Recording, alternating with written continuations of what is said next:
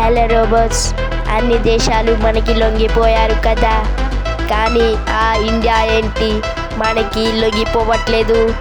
రేపే వాళ్ళతో మనం యుద్ధం చేయబోతున్నాం. అందరూ సిద్ధం కావలసిందిగా కోరుతున్నారు.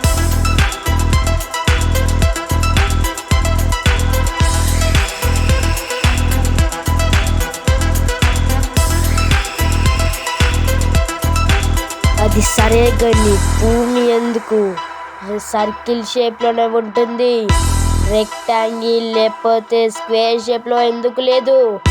రేపే మనం ఇండియా మీద యుద్ధం చేసి భూమిని స్క్వేర్ షేప్లో లేకపోతే రెక్టాంగిల్ షేప్లో చేసేద్దాం. అందరినీ సిద్ధమవ్వమను. Okay boss.